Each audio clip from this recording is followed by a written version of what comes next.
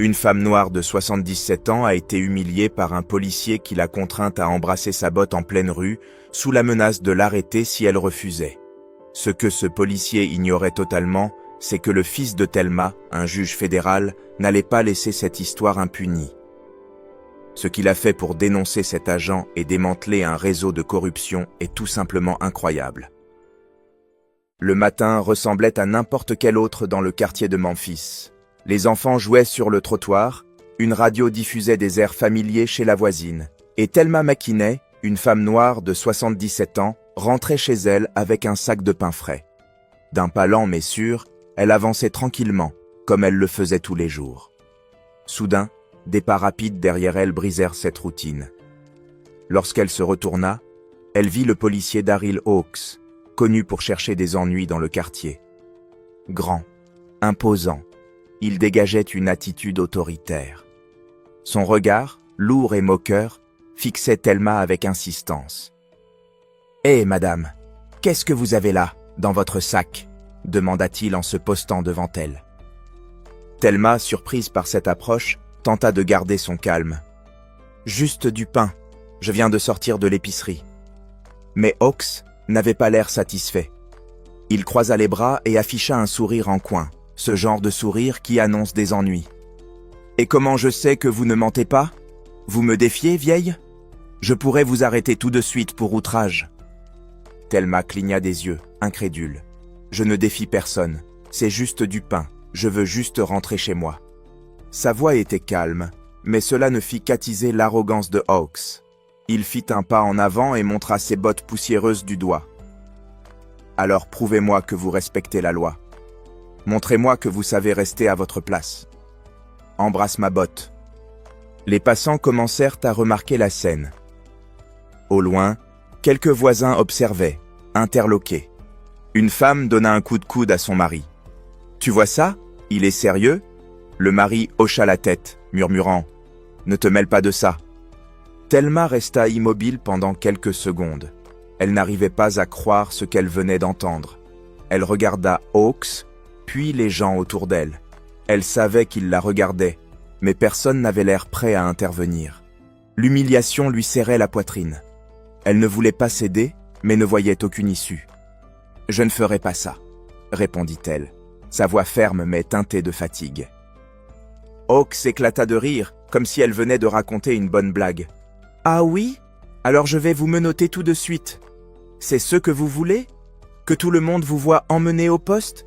Décidez-vous, mamie. » Thelma balaya les environs du regard. Elle vit les enfants arrêter de jouer, des téléphones se lever pour filmer. Elle ressentait la pression des regards de ceux qui observaient, mais n'osait pas intervenir. Lentement, comme si son corps pesait une tonne, elle s'agenouilla. Sa main toucha le trottoir brûlant. Chaque seconde de cette scène amplifiait son humiliation. Elle ferma les yeux et se rapprocha de la botte sale du policier. « Voilà, c'est bien. Tu vois? C'est comme ça que ça doit être. Montre un peu de respect, » dit Hawks, satisfait. De l'autre côté de la rue, une femme poussa un soupir audible. Un jeune homme qui filmait tout murmura. « Ce gars ne sait pas à qui il s'en prend. Il ne sait pas qui est le fils de cette dame. » Les vidéos circulèrent rapidement dans les groupes de discussion du quartier. Un message fut envoyé à un contact, puis transmis à un autre. En quelques heures, l'incident faisait déjà parler de lui au-delà des limites du quartier. Un des habitants, qui connaissait Gabriel Cross, ajouta un commentaire. « Son fils est juge fédéral. Il saura quoi faire. » Il ne fallut pas longtemps pour que la vidéo atteigne le téléphone de Gabriel. Il était dans son bureau, en train de relire des dossiers, lorsque son téléphone vibra avec une notification. En ouvrant le message et en lançant la vidéo, les images figèrent son visage. Gabriel était connu pour son calme, mais à cet instant, il était impossible de contenir l'impact de ce qu'il voyait. Lorsqu'il termina la vidéo, il resta silencieux, fixant l'écran. Gabriel, réputé pour être sérieux et juste, sentit pourtant quelque chose se briser en lui. Il passa une main sur son visage, tentant de contenir sa colère, et murmura pour lui-même « Ça ne va pas se passer comme ça, maman. Pas avec toi. » Il relança la vidéo, encore et encore. Chaque mot de Hawks Chaque seconde de l'humiliation de sa mère faisait bouillir son sang. Gabriel ne perdit pas une seconde. Il ouvrit son ordinateur portable et commença à chercher des informations sur Daryl Hawkes. Il savait que l'humiliation infligée à sa mère n'était pas un cas isolé. Avec des années d'expérience derrière lui, son intuition lui disait que ce policier avait un passé trouble. Il passa des heures à analyser des documents, à fouiller les archives publiques et à revisiter des dossiers qu'il n'avait pas ouverts depuis son passage à l'inspection générale de la police. C'est là qu'il avait appris à traquer des policiers comme Daryl, des hommes qui abusaient de leur pouvoir, convaincus que le système les protégerait quoi qu'ils fassent. Et à mesure que Gabriel avançait dans ses recherches, le passé de Daryl devenait de plus en plus limpide. Des accusations de violence, des témoignages de chantage, voire des soupçons de trafic. Rien de tout cela n'avait jamais abouti. Tout avait été classé. Gabriel inspira profondément, tentant de garder son sang-froid. Mais chaque découverte alimentait un peu plus sa colère. « Voilà, la première pièce du puzzle », murmura-t-il pour lui-même. « Voyons si le système pourra encore le protéger après ça. » Le lendemain, Gabriel convoqua une réunion avec un ancien collègue, le juge Arthur Bellamy. Bellamy, un homme posé et méthodique d'une cinquantaine d'années, était connu pour sa prudence presque excessive. Ils se retrouvèrent dans un café près du tribunal. « Gabriel, tu vas trop loin », dit Bellamy en remuant lentement son café. « J'ai vu la vidéo, et oui, c'était horrible. Mais tu sais comment ça fonctionne. Si tu te lances contre eux sans preuve solide, ils te feront taire avant même que tu aies pu faire quoi que ce soit. » Gabriel fixa son collègue, le regard déterminé. « Le système ne fonctionne pas, Arthur. Tu le sais autant que moi. Il est temps d'utiliser leurs propres règles contre eux. Je ne vais pas rester les bras croisés pendant que des hommes comme Daryl Hawkes agissent en toute impunité, protégés par la corruption. » Bellamy soupira, reposant sa tasse sur la table. « Je te dis juste de faire attention. Ce problème dépasse largement un simple policier arrogant. Si tu touches au mauvais dossier, tu risques de tomber sur des choses qu'ils ne veulent surtout pas que tu découvres. » Gabriel se pencha en avant, son regard perçant celui de son ami. « C'est justement ce que je veux. S'ils ont des choses à cacher, je les trouverai. » Pendant que Gabriel menait son enquête en coulisses, la communauté de Memphis commençait à se mobiliser.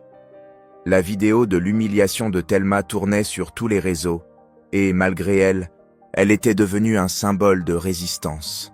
Des voisins venaient lui rendre visite avec des mots d'encouragement. Certains apportaient de la nourriture, d'autres venaient simplement lui dire qu'ils la soutenaient. « Je ne sais pas quoi penser de tout ça », dit Thelma, assise dans son salon, en regardant Gabriel. Il venait de rentrer après une journée passée à fouiller des dossiers. « Les gens sont gentils, mais je ne veux pas être la cause de tout ce remue-ménage. Et je ne veux pas que tu risques ta carrière pour moi, mon fils. » Gabriel lui prit les mains. « Maman, ce n'est pas seulement pour toi. Ce qui t'est arrivé est la goutte de trop, mais ce système est pourri depuis bien trop longtemps. Je ne vais rien perdre. Je vais faire ce qui est juste. C'est ce que tu m'as toujours appris. » Thelma le regarda un instant, les yeux remplis de larmes. « Je ne veux pas que tu sois blessé, mon fils. Ces gens, ils ne jouent pas franc jeu. » Il hocha la tête, comprenant ses inquiétudes. « Je le sais, et c'est pour ça que je vais jouer mieux qu'eux. » Pendant ce temps, au sein du commissariat, la tension montait.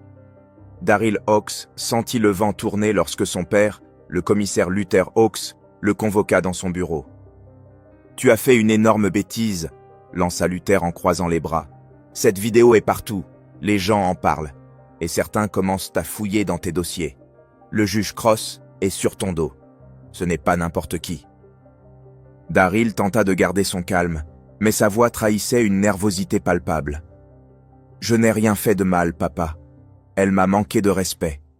Je me suis contenté de lui montrer où était sa place. » Luther laissa échapper un soupir exaspéré, visiblement furieux. « Tu crois que ça a de l'importance maintenant?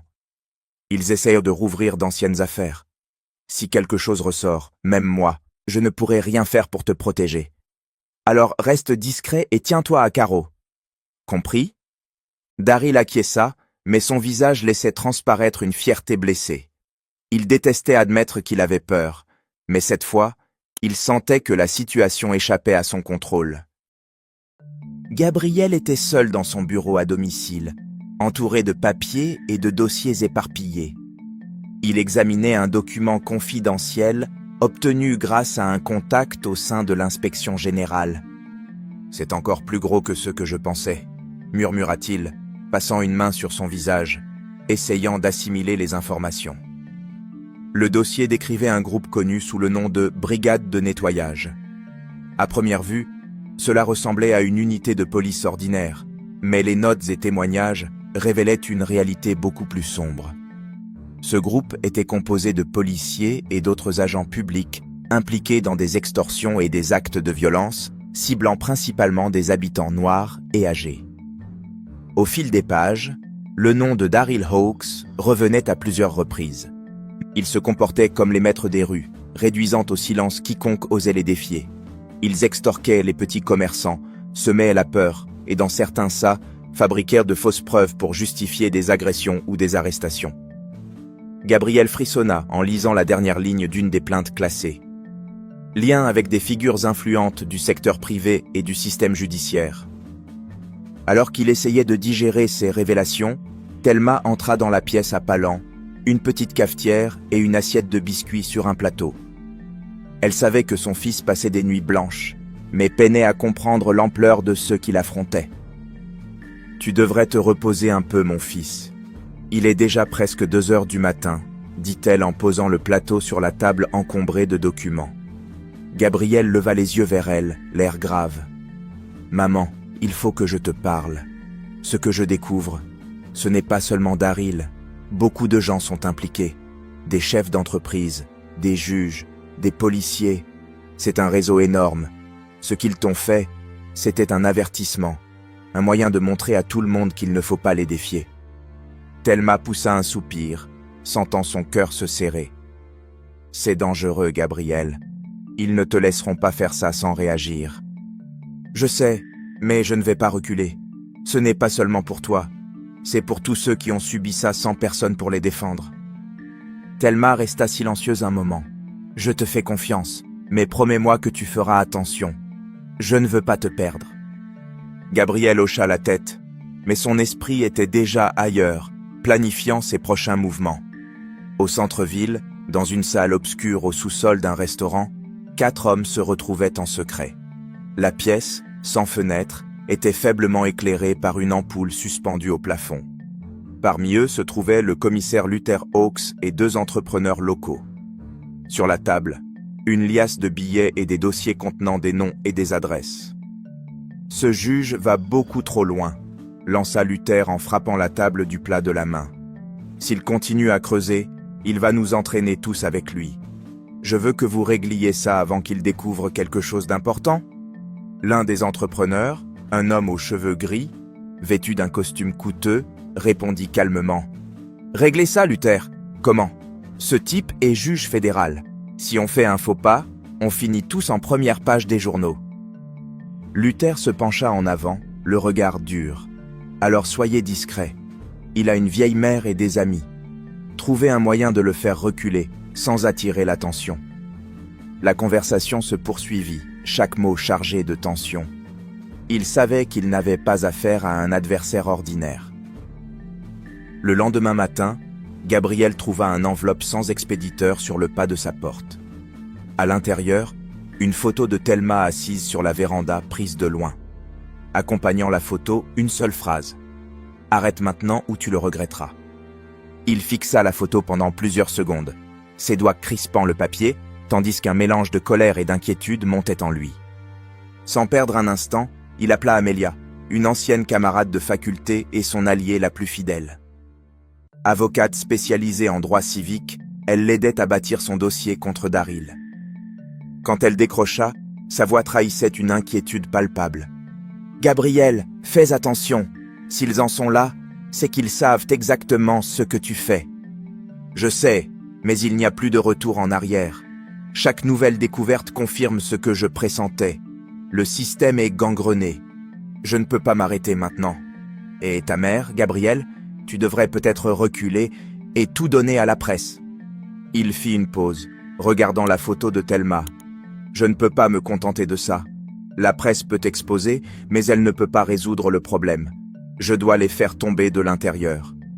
Amélia soupira à l'autre bout du fil. D'accord, je vais continuer à t'aider.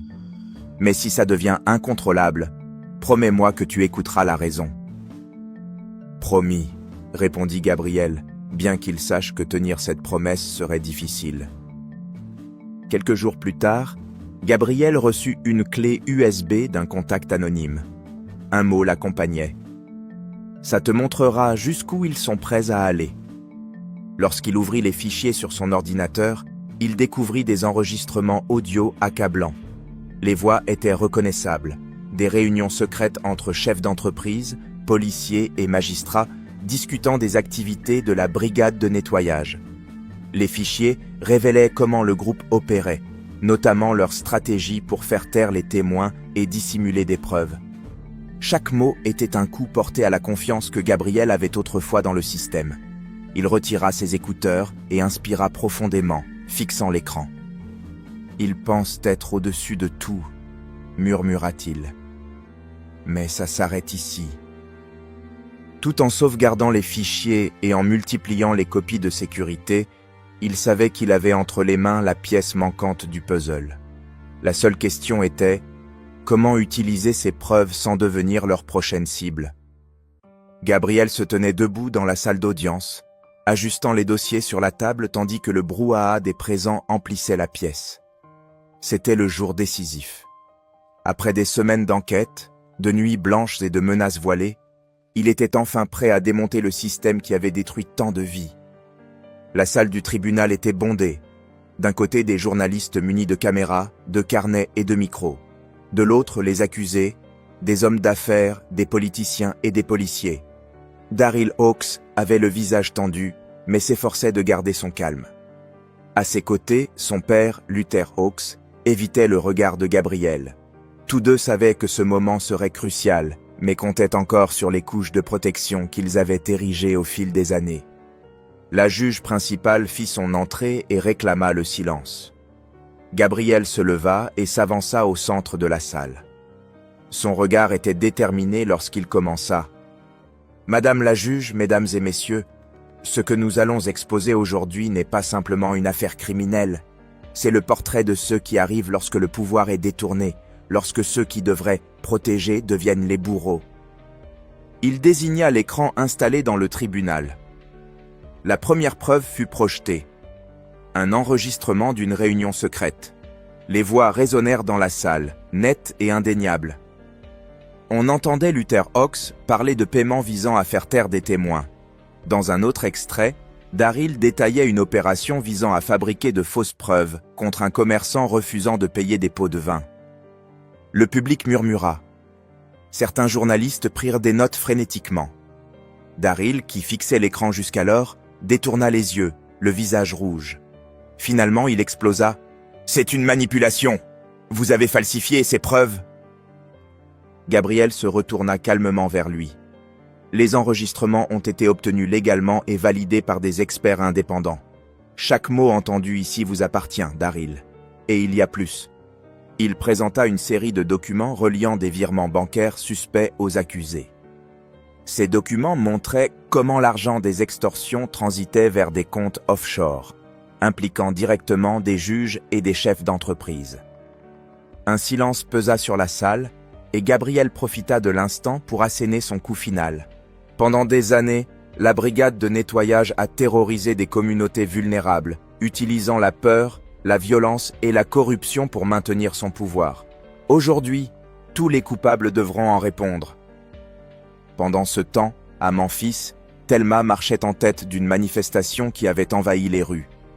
La foule brandissait des pancartes où l'on pouvait lire « Justice pour Thelma » et « Stop à la corruption ». Elle avançait aux côtés de ses voisins et amis, le visage calme mais déterminé. Un journaliste s'approcha pour l'interviewer, tandis que les slogans résonnaient autour d'eux. « Madame McKinney, que ressentez-vous en sachant que votre combat inspire des personnes dans tout le pays ?» Elle esquissa un léger sourire, mais sa voix était ferme. Ce n'a jamais été seulement à propos de moi. C'est pour toutes les personnes qui ont souffert aux mains de ceux qui auraient dû les protéger. Je veux simplement la justice. Rien de plus. Au tribunal, le moment tant attendu arriva enfin. Gabriel présenta la dernière pièce du dossier, une clé USB contenant des enregistrements audio. La salle écouta, stupéfaite, les membres du réseau discutaient de la manière de dissimuler l'affaire de Thelma. Les voix confirmaient clairement que l'humiliation publique qu'elle avait subie faisait partie d'une stratégie visant à semer la peur dans le quartier. Daryl, visiblement désespéré, se leva à nouveau. « Ce sont des mensonges. Je faisais juste mon travail. » Gabriel le fixa droit dans les yeux, sa voix froide et assurée. « Votre travail était de protéger. Ce que vous avez fait, c'est abuser de votre pouvoir pour opprimer et en tirer profit. Et il n'y a aucune excuse à cela. » La juge ordonna à Daryl de se rasseoir. Elle demanda le silence avant d'annoncer que, face aux preuves irréfutables présentées, tous les accusés seraient mis en examen pour leurs crimes. La salle fut envahie par des murmures et les cris des manifestants se firent entendre depuis l'extérieur. Quelques heures plus tard, Gabriel sortit du tribunal sous les applaudissements des manifestants et les flashs des caméras. Il ne s'arrêta pas pour répondre aux journalistes, se dirigeant directement vers la voiture où sa mère l'attendait. En entrant, elle lui saisit la main, son regard mêlant fierté et inquiétude. « Alors c'est fini ?» demanda-t-elle doucement. Gabriel observa la foule par la fenêtre. « Une partie, maman, mais il y a encore du travail à faire. » Avec le réseau de corruption exposé et les coupables emprisonnés, Gabriel et Thelma entamèrent un nouveau chapitre de leur vie. Gabriel prit la tête d'un comité chargé de réformer le système judiciaire et les forces de l'ordre, affrontant des résistances mais déterminé à instaurer des changements concrets. De son côté, Thelma fonda l'Association pour la justice et la dignité, offrant un soutien aux victimes de violences et de discrimination. Tandis que Gabriel se battait pour des réformes structurelles, Thelma animait des réunions communautaires, où les habitants partageaient leurs histoires et trouvèrent la force de résister. Une nuit paisible, assis sur la véranda, mère et fils réfléchirent à l'impact de leurs actions, réaffirmant leur engagement à poursuivre leur lutte pour la justice. Ils savaient que le chemin serait difficile, mais qu'ensemble, ils pouvaient accomplir bien plus qu'ils ne l'auraient imaginé. Cette histoire montre que la lutte pour la justice commence lorsque quelqu'un refuse de se taire face à l'inacceptable. Thelma et Gabriel ont affronté des défis qui auraient pu briser n'importe qui, mais ils ont transformé leur douleur en action et prouvé qu'il est possible de faire une différence. Et vous, que feriez-vous à leur place? Partagez votre opinion sur ce combat si nécessaire dans les commentaires. Et si, comme nous, vous pensez que des histoires comme celle-ci doivent être connues, partagez ce message avec vos proches. Ensemble, nous pouvons inspirer de véritables changements.